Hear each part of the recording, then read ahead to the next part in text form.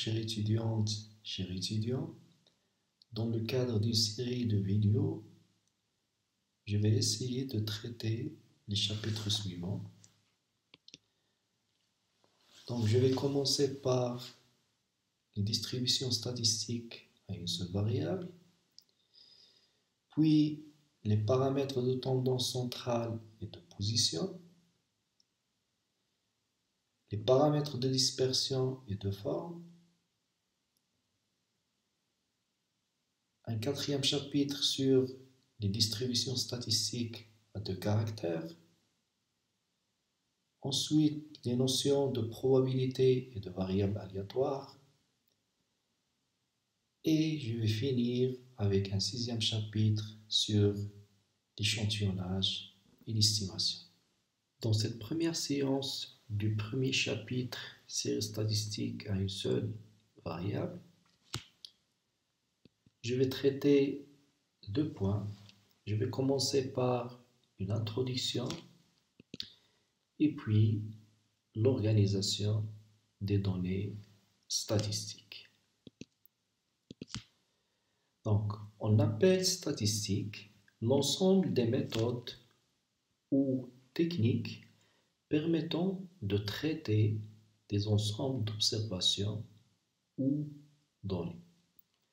La statistique descriptive a pour but de résumer l'information contenue dans les données de façon à en dégager les caractéristiques essentielles sous une forme simple et intelligible.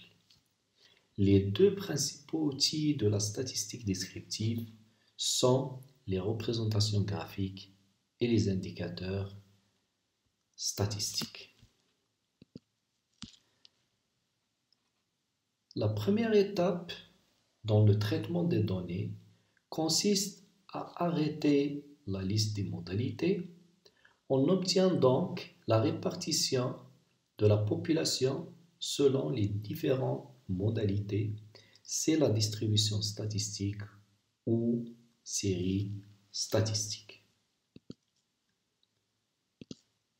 Donc, je commence par la première définition qui est la population ou univers statistique.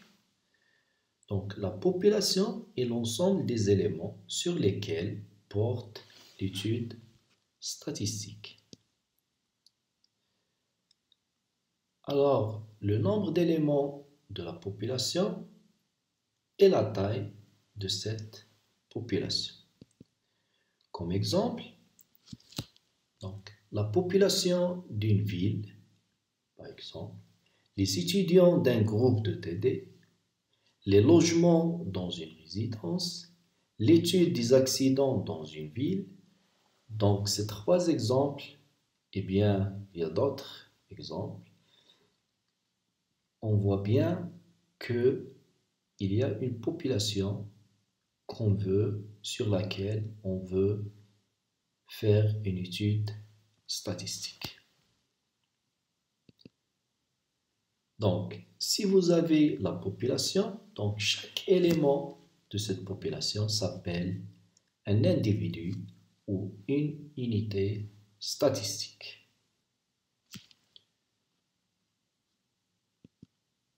Exemple. Donc, si la population est l'ensemble des étudiants d'une université, alors chaque étudiant de cette université est un individu ou une unité statistique. Donc, maintenant, à chaque individu de la population, on associe un ou plusieurs caractères statistiques. Donc, un caractère statistique est donc une application définie sur la population. Comme exemple, l'âge, donc c'est un caractère, les redoublants, la note à l'examen de statistique, moyenne en mathématiques, par exemple, la couleur des cheveux, la taille d'un ensemble de personnes, et ainsi de suite. Donc, maintenant, si on définit la population, c'est-à-dire c'est l'ensemble sur lequel porte l'étude statistique, et puis les éléments de cette population, c'est les individus. Par la suite, on a un caractère à étudier sur cette population. Donc, maintenant, il faut définir les modalités. Donc, ces modalités-là sont les diverses valeurs possibles du caractère statistique.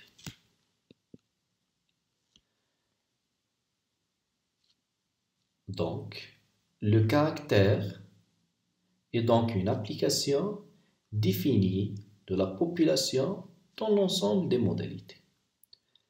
Donc, on peut appeler aussi un caractère comme une variable statistique. Soit on dit un caractère, soit on dit une variable statistique. Donc, pour résumer les différentes étapes à suivre dans une étude statistique, donc il faut commencer par la définition de la population, de ses individus et du caractère. Par la suite, il faut collecter les informations, le dépouillement de ces informations, la représentation graphique et l'étude mathématique de la série statistique. Bon, maintenant,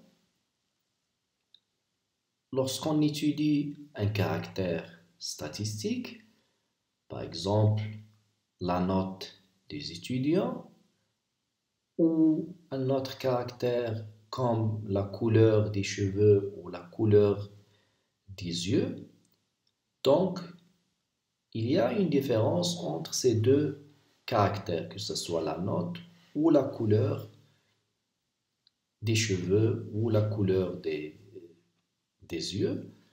Donc, la différence qui existe entre les deux, c'est que pour la note, elle est mesurable et pour la couleur, elle n'est pas mesurable.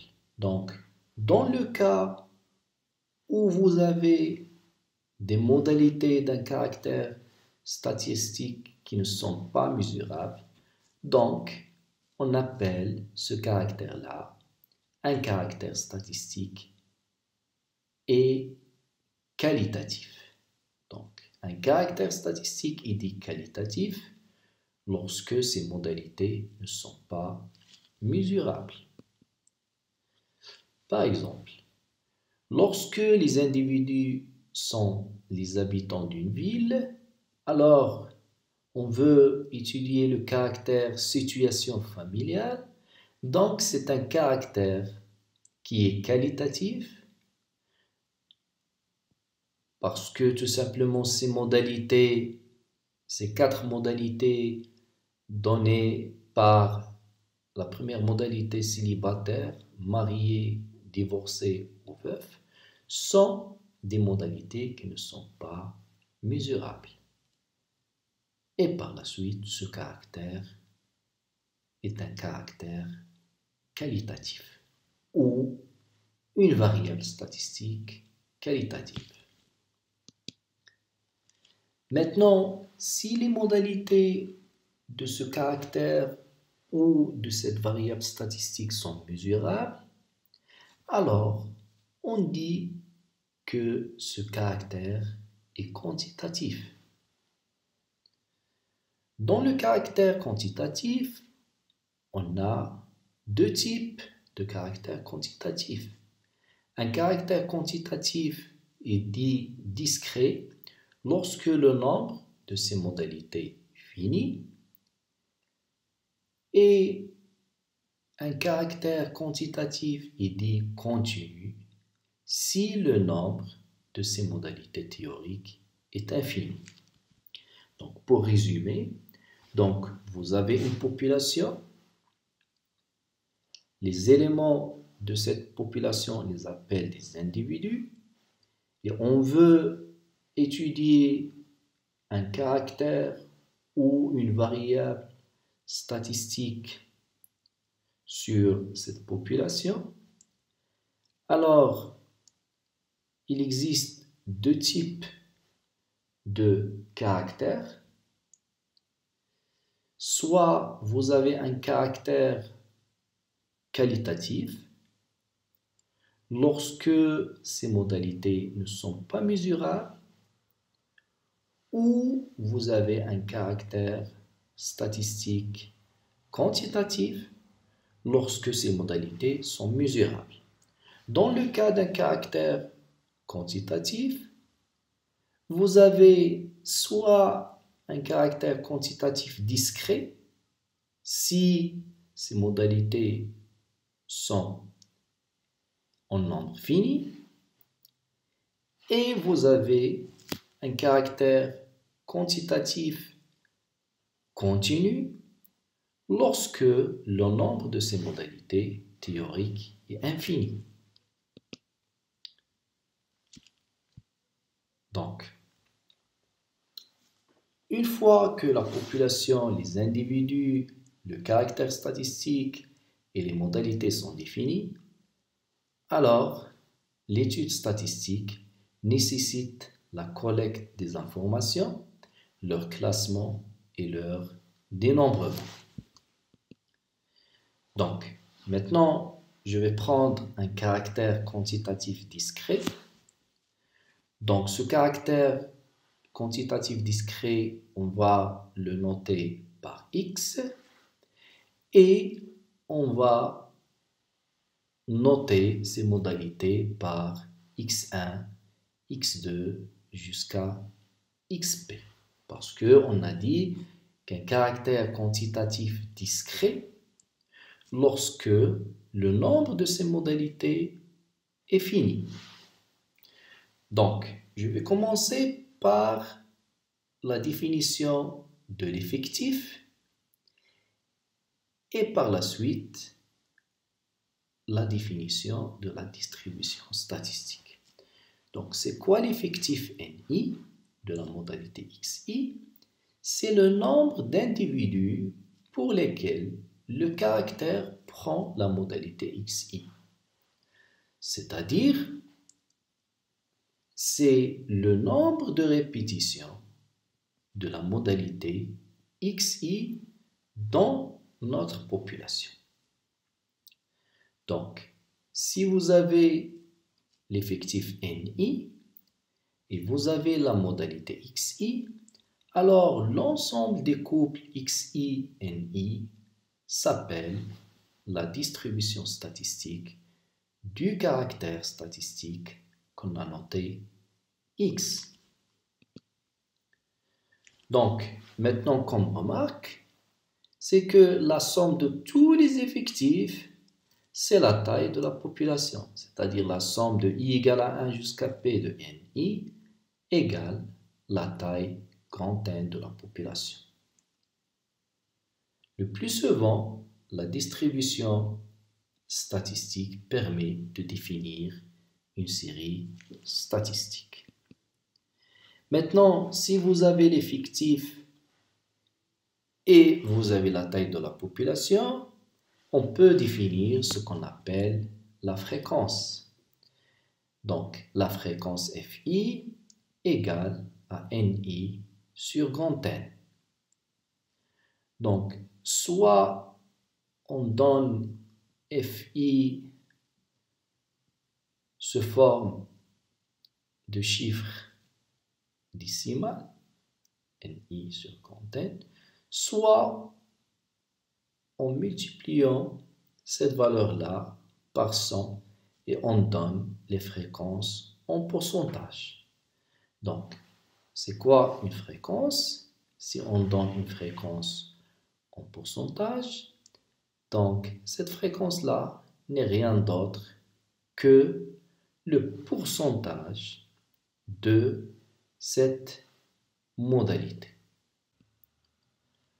Donc, par la suite, donc, vous avez NI qui est inférieur à grand N, donc la fréquence est un nombre compris entre 0 et 1. Comme j'ai dit, on peut exprimer ce nombre-là en pourcentage en multipliant NI sur grand N par 100. Donc finalement, on a la propriété suivante. Donc la somme des FI égale à 1.